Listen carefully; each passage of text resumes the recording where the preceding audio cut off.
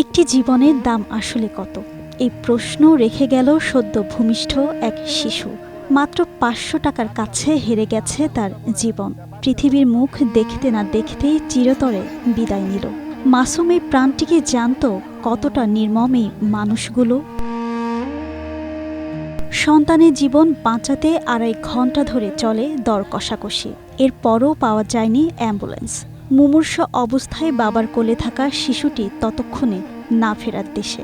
যে সন্তানকে পৃথিবীতে আনতে এত অপেক্ষা, বাবা হওয়ার উচ্ছ্বাস তা নিমিষেই ফিকে হয়ে গেল। সন্তানের নিথর দেহ কোলে নিয়ে দাঁড়িয়ে এক অসহায় বাবা।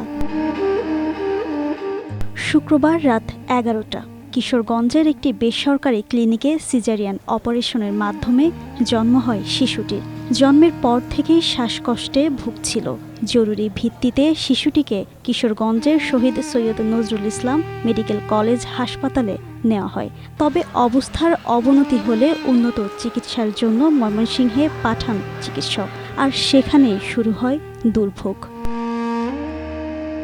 মৃত শিশুটি কিশোরগঞ্জ সদর উপজেলার যশোদর ইউনিয়নের মিরপাড়া গ্রামের মোহাম্মদ রোহানের ছেলে।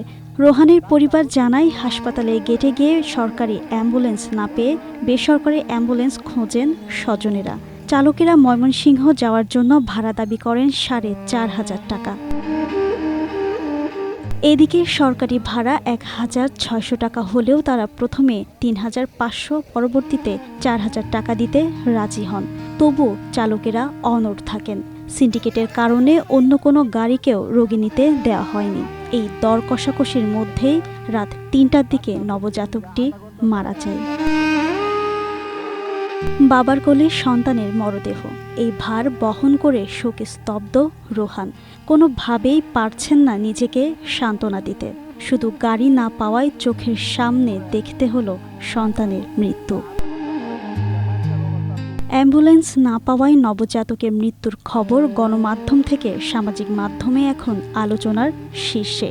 মর্মান্তিক এ ঘটনা নাড়া দিয়েছে গোটা দেশকে। প্রশ্ন তুলেছে বিবেককে, সিন্ডিকেটে বাধা অনিয়মকে। জিন্নাত আরা ঋতু, এশিয়া পোস্ট।